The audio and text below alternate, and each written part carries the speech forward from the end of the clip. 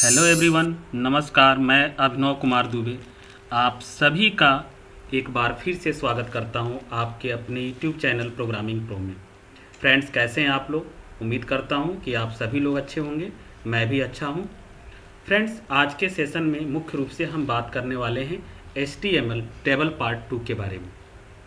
Friends, video को आप अंत तक देखिएगा और यदि आपको वीडियो पसंद आए तो आप प्लीज़ वीडियो को सब्सक्राइब, लाइक और शेयर ज़रूर करिएगा, जिससे कि मैक्सिमम स्टूडेंट इससे लाभान्वित हो सकें। और साथ में आप बेल आइकॉन ज़रूर प्रेस कर लीजिएगा, सो दैट कि जब भी मैं न्यू वीडियो अपलोड करूं तो आप तक नोटिफिकेशन सबसे पहले पहुंच जाए। तो फ्रेंड्स, सबसे पहले हम बात करेंगे आज टेबल के अंतर्गत रो स्पैन और कॉलम स्पैन क्या होता है। तो आज के इस सेशन का मुख्य उद्देश्य यही है कि हम टेबल में रो स्पैन और कॉलम स्पैन कैसे क्रिएट करते हैं, इसके बारे में डिटेल में जानेंगे। तो फ्रेंड्स, शुरू करते हैं आज के इस सेशन को कंटेंट्स के साथ। फ्रेंड्स, सबसे पहले हम बात करेंगे कि रो स्पैन क्या होता है और टेबल में हम रो स्पैन कैसे क्रिएट करते हैं, कॉलम स्पैन क्या होता है और हम कॉलम स्पैन कैसे करते हैं HTML टेबल के अंतर्गत।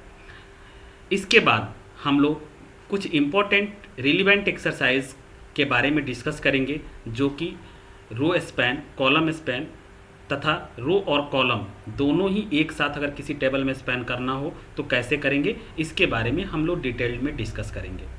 तो फ्रेंड्स, आगे बढ़ते हैं और जानते हैं कि रो स्पैन क्या होता है। जैसा कि आप लोग जानते हो कि टेबल हम कैसे क्रिएट करते हैं, ये सबको मालूम हो गया है। आज हम जो डिस्कस कर रहे हैं वो रो स्पैन के बारे में कर रहे हैं।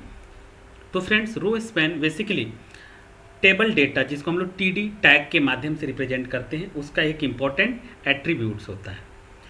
फ्रेंड्स, रो स्पैन का मतलब ये होता है कि ये स्पेसिफाइज करता है कि कितने नंबर ऑफ रोज एक सिंगल सेल के अंदर स्पैन हुआ है, या आप ये कह सकते हो कि कितने नंबर ऑफ रोज एक सिंगल सेल के अंदर मर्ज किया गया है।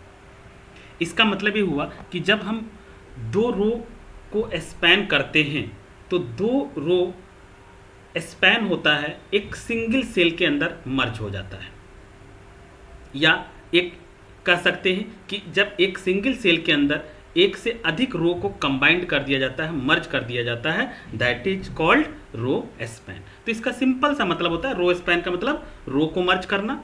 जब मल्टीपल रोज को आपस में मर्ज करके एक सिंगल सेल बन जाती है तो उसको हम लोग बोलते हैं रो स्पैन। जैसे कि आप लोग एक्सेल भी आप लोग यूज करते हैं, जो स्प्रेडशीट एक एप्लीकेशन प्रोग्राम है जहां पर वर्क रो और कॉलम के फॉर्म में होता है। चूँकि वर्कशीट जो हमारी होती है रो और कॉलम का कम्बिनेशन होता है, तो आप लोग बहुत सारे एक्सेल के अंदर फॉर्मेट प्रिपेयर करते हो अकॉर्डिंग टू रिक्वायरमेंट, जहाँ पे आपको ज़रूरत पड़ती है कि कहीं पे रो को मर्ज करना होता है, कहीं पे कॉलम्स को मर्ज करना होता है।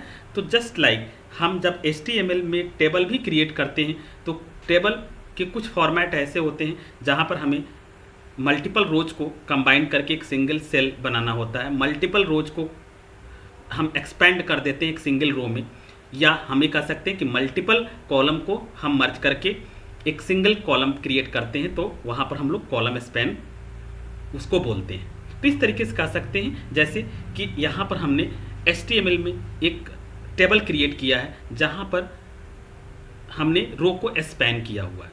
जैसे कि इस फिगर में आप देख सकते हैं कि जो फिगर यहाँ पे दिया हुआ है उस फिगर के अंतर्गत आप देखेंगे तो प्रोग्रामिंग प्रो लिखा हुआ है। अब आप देख सकते हैं कि प्रोग्रामिंग प्रो एक सिंगल सेल के अंदर लिखा है, लेकिन इस टेबल में कितने रोज हैं? 2 रोज हैं। और आप देख रहे हो कि ये रो सिंगल सेल के अंदर क्या कर दिया गया है? मर्ज कर दिया गया है। तो इस तरीके से जो रो स्पैन हुआ है, जो रो मर्ज हुआ है, वो कितने रो मर्ज हुए हैं? 2 रो मर्ज हुआ है। तो 2 रोज को मर्ज करके एक सिंगल सेल बनाया गया है और उसमें हमने क्या लिखा हुआ है? प्रोग्रामिंग प्रो लिखा हुआ है। तो उम्मीद करता हूँ कि इस फिगर से आपको ये बात समझ में आ गई होगी कि रो स्पैन का सिंपल सा मतलब है कि रो को मर्ज करना, राइट। अब आइए इसके एग्जाम्पल से हम समझते हैं कि कैसे रो मर्ज हम करेंगे।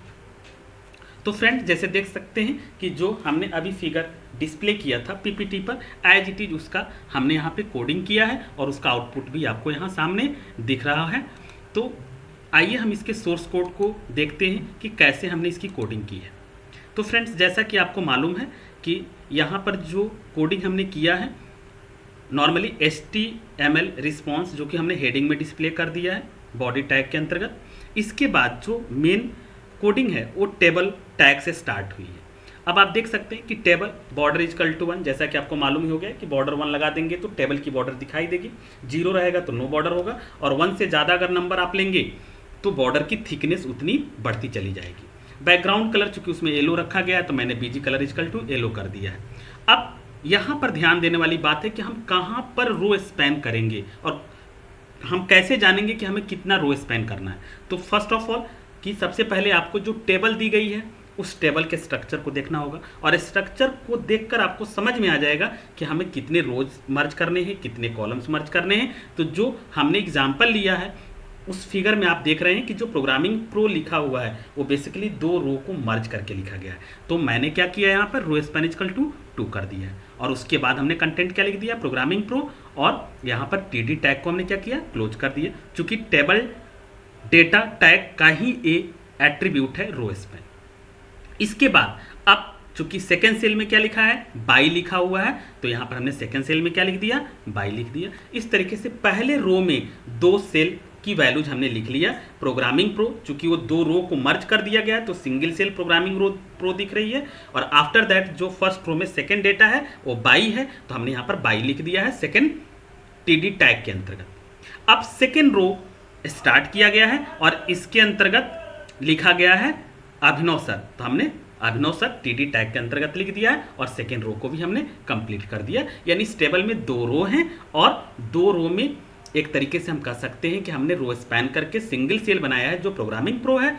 नेक्स्ट जो डेटा है वो बाई, और थर्ड जो सेल की डेटा है वो अभिनव सर है। तो इस तरीके से उम्मीद करता हूं कि आपको रो स्पैन समझ में आ गया होगा।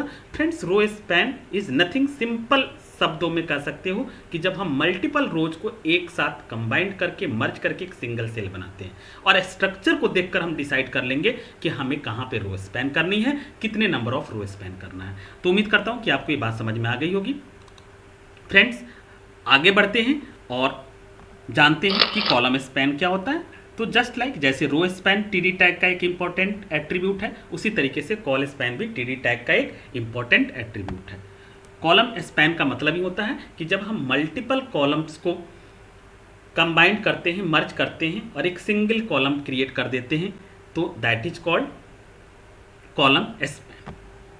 तो रो में हम रो को मर्ज करते हैं और कॉलम स्पैन में हम लोग कॉलम को स्पैन करते हैं। जैसे कि आप इस फिगर में देख सकते हैं कि अब यहाँ पर आप देखिए एग्जाम्पल में जो ये फिगर यहाँ पर मैंने डिस्प्ले किया है, इसमें आप देख सकते हैं कि प्रोग्रामिंग प्रो लिखा गया है, और प्रोग्रामिंग प्रो में आप देख रहे हैं कि कितने कॉलम को मर्ज किया गया है। तो नीचे वाला आप अगर रो देखेंगे तो यहाँ से आपको कॉलम डिसाइड हो जा रहा है कि 2 कॉलम्स, इस टेबल के अंदर कितने कॉलम्स हैं 2 कॉलम्स हैं। तो इसका मतलब है कि प्रोग्रामिंग प्रो यानी ये जो प्रोग्रामिंग प्रो वाली सेल है इसमें कॉलम को क्या किया गया है मर्ज कर दिया गया है। तो इस तरीके से यहाँ पे कॉल स्पैन क्या हो रहा है 2 हो रहा है, राइट। तो आइए हम इसको समझते हैं एक एग्जाम्पल के माध्यम से। यही एज इट इज जो फिगर दिया गया इसी को हमने कोडिंग में कन्वर्ट करके देखा है। तो ये आप देख सकते हैं कि आउटपुट एज इट इज यहाँ पे डिस्प्ले हो रहा है। अब इसके सोर्स कोड को देख लेते हैं। तो फ्रेंड्स, सोर्स कोड में वही टेबल बॉर्डर इक्वल टू हमने 1 किया है।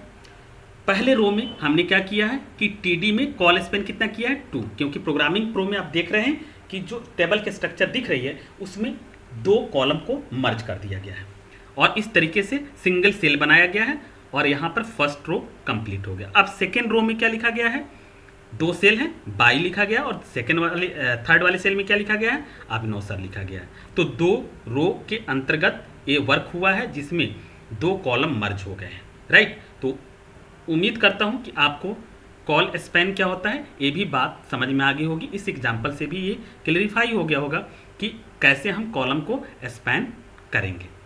तो फ्रेंड्स, आगे बढ़ते हैं और हम बात करते हैं कुछ इंपॉर्टेंट एक्सरसाइज के बारे में। फ्रेंड, सबसे पहले एक एग्जाम्पल के माध्यम से हम समझेंगे। अभी जो हमने फर्स्ट एग्जाम्पल किया उसमें रो स्पैन करके दिखाया, 2 रो को मर्ज करके दिखाया। सेकेंड एग्जाम्पल हम लोगों ने कॉलम स्पैन यानी 2 कॉलम को मर्ज करके देखा।